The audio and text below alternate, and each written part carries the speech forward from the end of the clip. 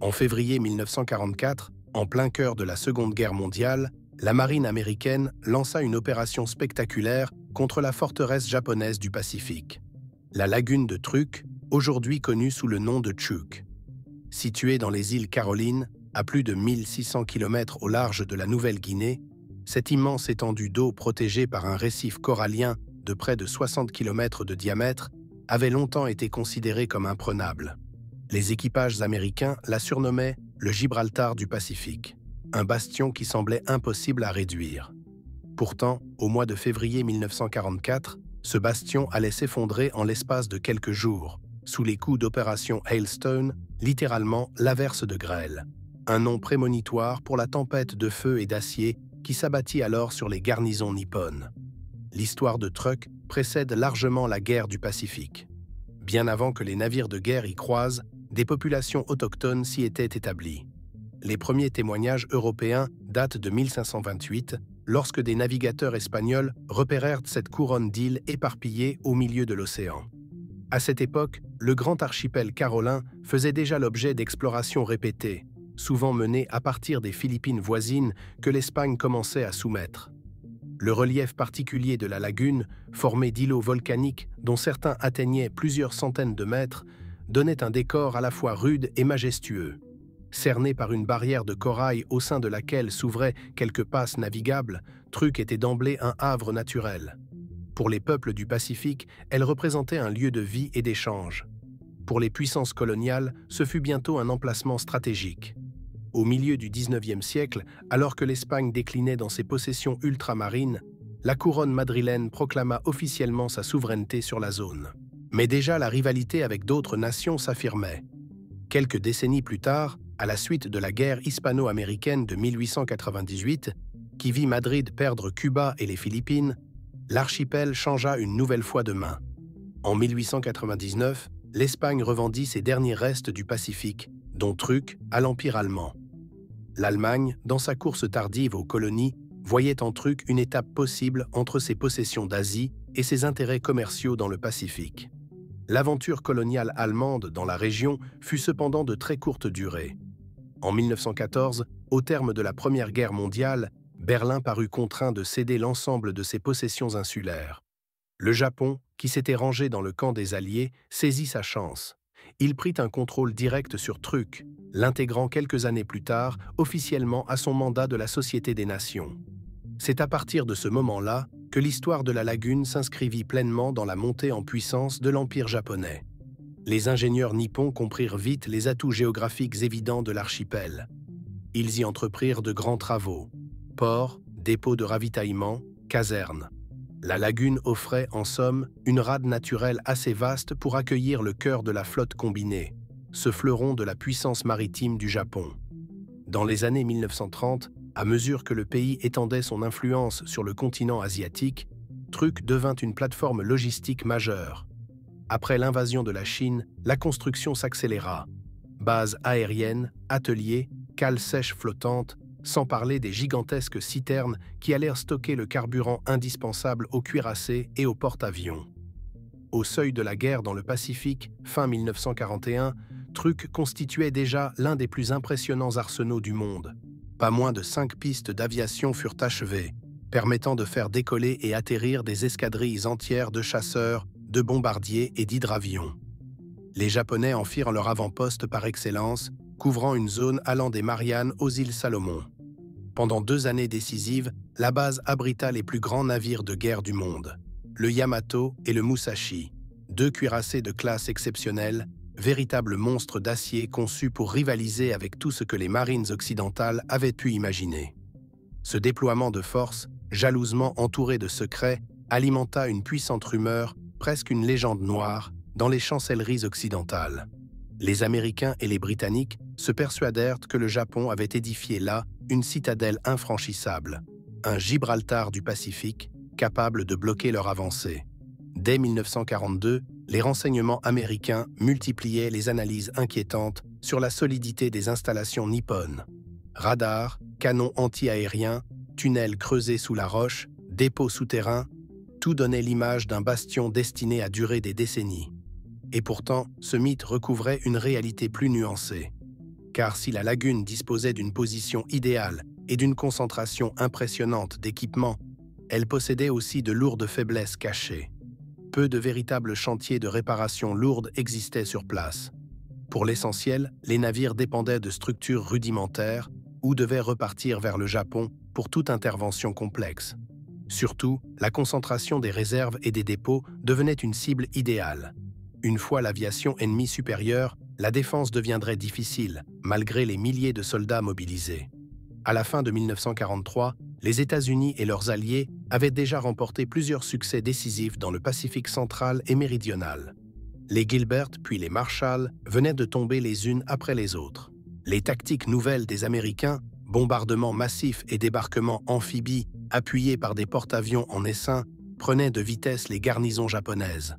Pour l'état-major de Washington, il apparaissait désormais urgent de frapper Truk, ce pivot de la stratégie ennemie. Le général MacArthur et l'amiral Nimitz, qui commandaient les opérations respectivement dans le sud-ouest et le centre du Pacifique, convinrent qu'il fallait priver Tokyo de cette base avant d'entreprendre la reconquête des Mariannes et plus loin d'Okinawa. Du côté japonais, les signes d'inquiétude se multipliaient. Les commandants navals, conscients de la vulnérabilité croissante de leur flotte face à l'aviation embarquée américaine, commencèrent à disperser leurs unités. En février 1944, une partie importante de la flotte combinée avait déjà quitté Truk. Mais restaient encore des dizaines de navires auxiliaires, cargos, pétroliers et surtout les immenses dépôts de carburant stratégiques. Pour accéder au Japon lui-même, pour soutenir les garnisons isolées éparpillées à travers l'océan Pacifique, ces réserves étaient vitales.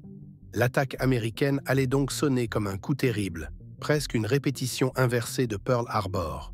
Cette fois, c'était le Japon qui se retrouvait surpris, frappé au cœur de ses moyens logistiques. Dès l'aube du 17 février 1944, la mer de la lagune était d'un calme presque trompeur. Les garnisons japonaises, qui avaient été en état d'alerte depuis plusieurs jours, ne se doutaient pas que la tempête approchait à portée de canon. Vers 6 heures du matin, les premiers avions américains surgirent au ras des vagues, profitant de l'ombre de la nuit qui s'achevait pour déjouer les radars primitifs installés dans l'archipel. En quelques minutes seulement, plus d'une soixantaine de chasseurs F-6F L4 entamèrent une ronde meurtrière au-dessus des pistes japonaises, abattant tout appareil qui osait décoller, incendiant les alignements d'avions stationnés à découvert et paralysant l'aviation locale avant même qu'elle eût le temps de se déployer. Les pilotes nippons, malgré leur expérience, furent surpris dans un désordre total. Une quarantaine d'appareils se mirent en l'air. D'autres essais de décollage eurent lieu à la hâte. Mais la supériorité numérique et technique des Américains était écrasante. Les combats tournoyèrent quelques minutes dans le ciel pâle, mais la mécanique était déjà entre les mains des assaillants. Les Zéros, autrefois symboles de la domination aérienne japonaise, furent balayés. Au sol, des bombes à fragmentation et des attaques au canon de 20 mm achevèrent de transformer les pistes en tapis de flammes. À la fin de cette première matinée, une grande partie de la couverture aérienne japonaise avait littéralement disparu. Pendant ce temps, les sous-marins américains à l'affût autour de la barrière corallienne profitaient de l'agitation. Dès qu'un navire tentait de s'échapper par les passes étroites vers le large, des torpilles le frappaient à la ligne de flottaison. Plusieurs cargos et pétroliers sombrèrent ainsi au tout début de l'opération, ajoutant à la panique générale. Dans la lagune, les bombardiers en piqué SBD Dauntless et les torpilleurs Avenger se relayaient sans relâche. Tout semblait parfaitement orchestré. Les vagues d'assaut se succédèrent par groupes, ne laissant aucun répit aux défenseurs. Le 17 février dans l'après-midi, les navires américains eux-mêmes prirent part au festin de métal. Les cuirassés modernes, encore neufs pour la plupart, crachèrent leurs obus de 356 et 406 mm sur les dépôts visibles, les stations radars, les postes de commandement. Sur plusieurs îlots, les garnisons japonaises furent écrasées avant même d'avoir tiré quelques salves. Les soldats, contraints de se terrer dans les tunnels que l'armée avait creusés les mois précédents, n'avaient d'autre choix que d'attendre la fin de l'orage. Les flammes montaient dans le ciel, visibles à des kilomètres. Le lendemain 18 février, les Américains reprirent leur cycle de destruction. Dès l'aube, de nouvelles vagues de bombardiers et de chasseurs fondirent sur les navires immobilisés dans la rade. Cette fois, la confusion se mua en véritable désastre. Le cuirassé léger Katori, accompagné de quelques destroyers d'escorte et d'un croiseur auxiliaire, tenta de franchir les passes pour gagner la haute mer. Admirable d'audace mais condamné, ce groupe se heurta de plein fouet à l'écrasante puissance des porte-avions et des cuirassés américains. Les Hellcat mitraillèrent les ponts, les Avengers lancèrent leurs torpilles en éventail. Puis vint le feu des canons de gros calibre. En moins d'une heure, les silhouettes noircies s'engloutirent l'une après l'autre, ne laissant que des nappes d'huile et des débris dérivant sur la mer turquoise. Les entrepôts de carburant, eux aussi, avaient été pris pour cible. Lorsque les bombes de 500 kg atteignirent finalement les immenses cuves d'acier, l'explosion fit trembler la lagune entière. Des colonnes de feu et de fumée noire s'élevèrent, transformant le ciel en un immense écran. Plus de 17 000 tonnes de produits pétroliers furent anéantis, mettant un terme aux illusions de l'état-major japonais sur la capacité de poursuivre des opérations depuis ce point d'appui. Pour les soldats et marins qui survécurent, la scène tenait du cataclysme. À terre, les garnisons tentèrent d'organiser la résistance. Ici et là, des batteries anti-aériennes parvinrent à abattre quelques avions, mais ces victoires ponctuelles semblaient dérisoires face aux centaines d'appareils ennemis qui survolaient simultanément la zone. Les mitrailleurs japonais, reclus dans leurs bunkers de béton ou leurs casemates improvisés, continuèrent de tirer des heures durant, jusqu'à épuisement des munitions, mais sans véritable effet tangible. Pour nombre d'entre eux, la mort arriva dans le fracas des bombes et la suffocation des incendies. À la tombée de la deuxième nuit, Truk n'était plus qu'un champ de ruines en flammes. Les épaves de dizaines de navires gisaient maintenant au fond de la lagune, certaines couchées sur le flanc, d'autres brisées en deux et entourées d'un halo d'huile et de fumée. Sur les pistes détruites demeuraient les carcasses calcinées de ce qui avait été une force aérienne moderne. Le bilan humain, terrible, dépassait les 4500 morts côté japonais, la plupart marins et membres des équipages cloués à bord de leurs bâtiments. Pour les Américains, l'opération avait été un succès éclatant. Les pertes restèrent limitées, quelques avions abattus, quelques pilotes disparus, mais rien de comparable à l'hécatombe infligée à l'adversaire. Hailstone avait atteint tous ses objectifs: neutraliser la principale base japonaise des Carolines, détruire ses installations logistiques, anéantir sa flotte de soutien. Les historiens n'hésitèrent pas à comparer ce coup d'éclat à une vengeance de Pearl Harbor, une revanche stratégique et symbolique à la fois. Cette fois, c'était la marine impériale qui se réveillait dans un Pearl Harbor inversé, impuissante face à l'aviation embarquée américaine. Les conséquences de ces 2 journées de combat furent immenses. Privé de sa base la plus sûre, le Japon perdit non seulement une partie significative de son tonnage naval, mais aussi la possibilité de réorganiser efficacement ses flottes dans le Pacifique central. Dès lors, l'itinéraire des Américains vers les Mariannes, puis les Philippines et enfin Okinawa, s'ouvrait nettement. Truk, jadis perçu comme un verrou, devenait désormais un simple cimetière marin, jalon silencieux sur la route de la défaite nippone. Lorsque le vacarme des bombes se tut enfin et que les escadres américaines s'éloignèrent vers l'est, la lagune de Truk resta figée dans une sorte de silence irréel. Sous la surface turquoise, pourtant si paisible lorsqu'on l'observe depuis l'horizon, reposaient désormais des dizaines de coques éventrées, jonchées de débris, d'armes et de corps. Les survivants japonais errèrent longtemps parmi les ruines fumantes des dépôts et des pistes ravagées. Pour eux, le désastre n'était pas seulement militaire.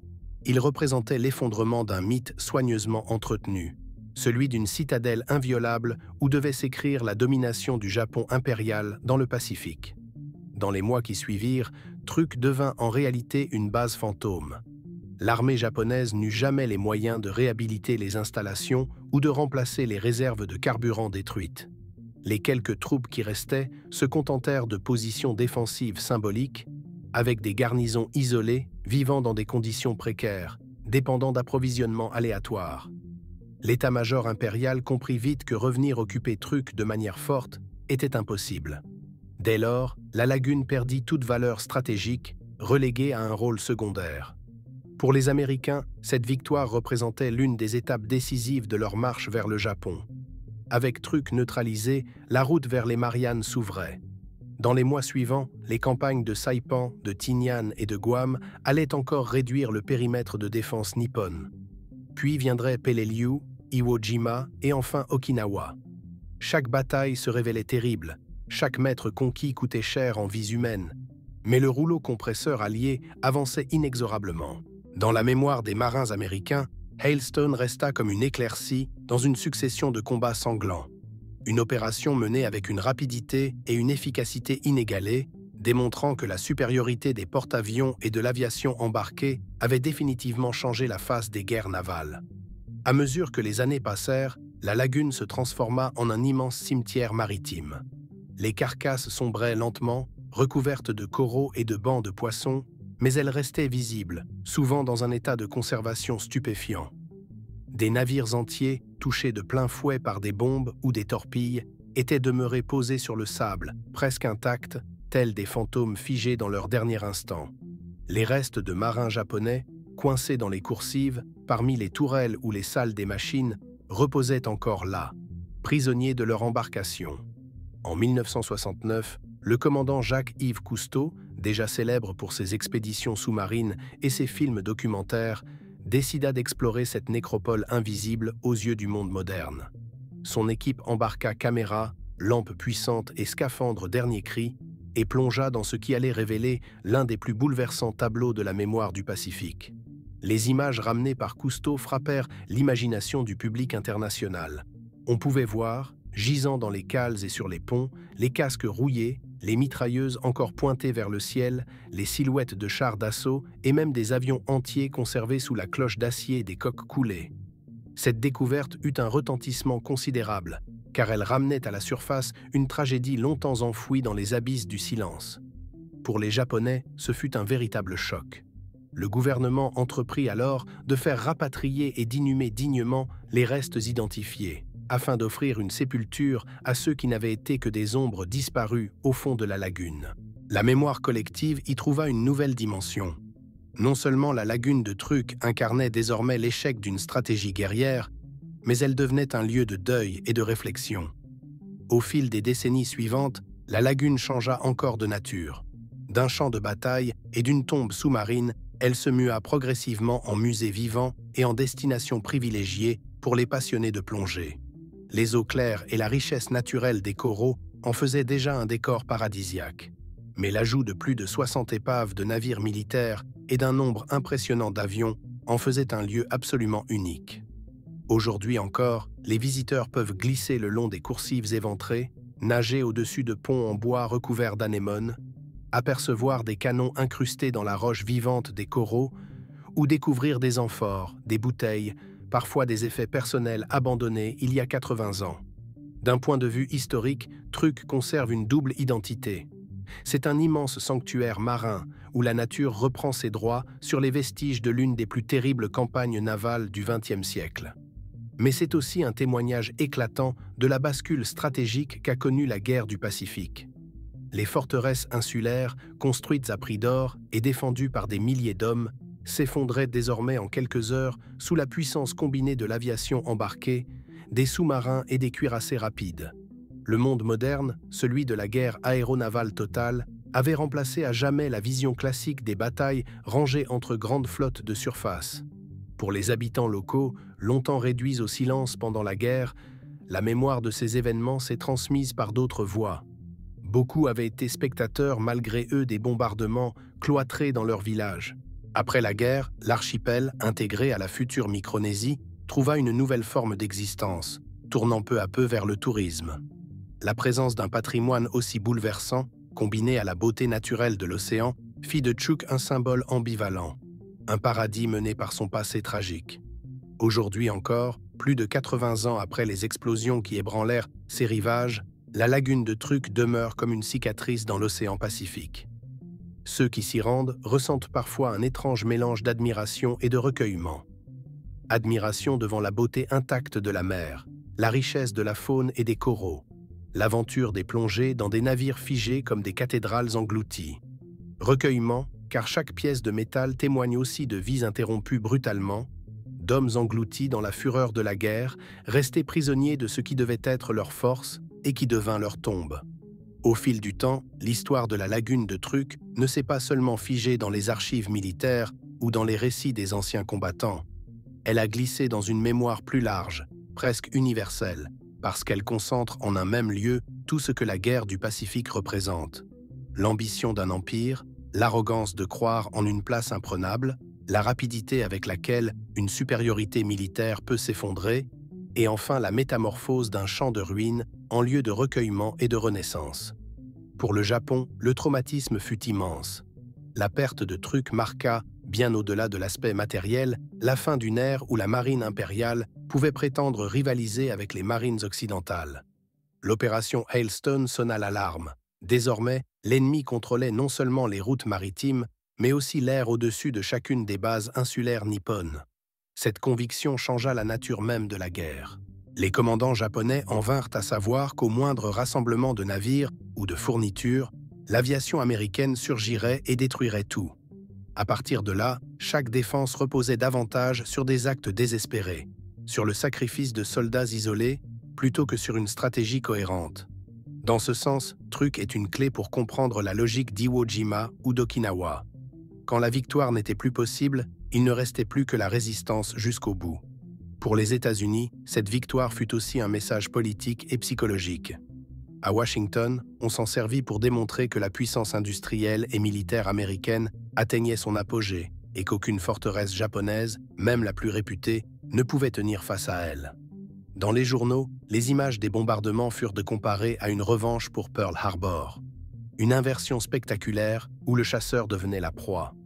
Ce sentiment porta le moral des troupes et renforça le soutien de la population à une guerre qui pourtant restait longue et coûteuse.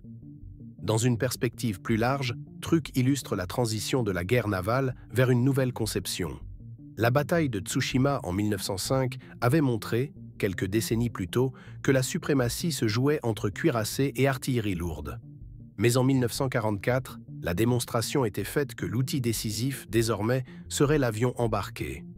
Les immenses cuirassés japonais, conçus comme des colosses invincibles, se retrouvèrent presque impuissants sans couverture aérienne. L'avion, petit comparé à ces géants, en devint la némésis. On retrouve ici le même tournant que dans d'autres conflits de l'histoire. Un progrès technique renverse, en quelques années, des conceptions stratégiques élaborées depuis des décennies. Sur le plan humain, le souvenir de la lagune conserve une gravité silencieuse. Les plongeurs qui visitent aujourd'hui ces épaves témoignent souvent de l'émotion qui s'empare d'eux face aux traces laissées par la vie interrompue. Des bouteilles de saké, des chaussures encore posées près de couchettes, des mitrailleuses prêtes à tirer, des moteurs figés au milieu d'une manœuvre. Tout évoque la soudaineté avec laquelle la mort est tombée et la manière dont ces navires sont passés, en quelques minutes, de l'état d'outil de guerre à celui de tombeau sous-marin. Ce contraste rend l'endroit bouleversant. Au-delà du drame, s'est construite aussi une réflexion sur le devenir de ces épaves. Faut-il les considérer comme des musées, des sanctuaires, des ressources touristiques? La Micronésie, dont Chuuk fait partie, a choisi de protéger ce patrimoine à la fois pour honorer la mémoire des disparus, mais aussi pour en faire un pôle d'attraction internationale. Chaque année, des plongeurs du monde entier se pressent pour explorer cette vallée des fantômes, qui mêle beauté naturelle et solennité historique. Toutefois, les autorités locales et japonaises rappellent sans cesse le respect nécessaire, tant il s'agit de sépultures véritables. Beaucoup préfèrent parler de sanctuaires marins plutôt que de simples sites de plongée. Cette distinction traduit bien l'équilibre fragile entre la fascination et la dignité. Dans le Japon contemporain, la mémoire de Truk ne possède pas la même place que celle d'Hiroshima ou d'Okinawa, mais elle existe, souvent portée par les associations de familles de marins et par les historiens. Elle rappelle combien la guerre du Pacifique fut une aventure qui dépassa les calculs rationnels où furent engloutis des milliers de jeunes hommes dans des batailles aussi brèves qu'impitoyables. Pour certains, elle est aussi le symbole d'une dérive, celle d'un pays qui, dans l'ivresse de sa puissance impériale, a entraîné sa jeunesse dans des combats perdus d'avance. Pour les Américains, en revanche, l'opération Hailstone reste un exemple de la réussite de la stratégie sauter d'île en île qui permit de contourner certaines forteresses et de neutraliser d'autres sans nécessairement s'enliser dans des batailles terrestres sanglantes. Truk est l'incarnation de l'efficacité de cette méthode. 2 jours de bombardements intensifs suffirent à effacer l'une des bases les plus redoutées du Japon sans devoir lancer une invasion terrestre qui aurait coûté des milliers de vies supplémentaires. Cette leçon, les stratèges ne l'oublieront pas. Aujourd'hui, en survolant la lagune de Chuuk, on distingue toujours cette immense auréole turquoise ponctuée d'îlots verdoyants. Celui qui ignore son passé pourrait la croire paradisiaque et paisible. Mais celui qui savait ou qui a lu comprend que l'horizon cache des dizaines d'épaves qui dorment en silence, chacune avec son histoire, ses cris engloutis, son acier tordu par les explosions. La beauté et la tragédie cohabitent ainsi dans un même espace, rappel permanent des contradictions de l'histoire humaine. La lagune de Truk demeure donc, encore aujourd'hui, une leçon à ciel ouvert.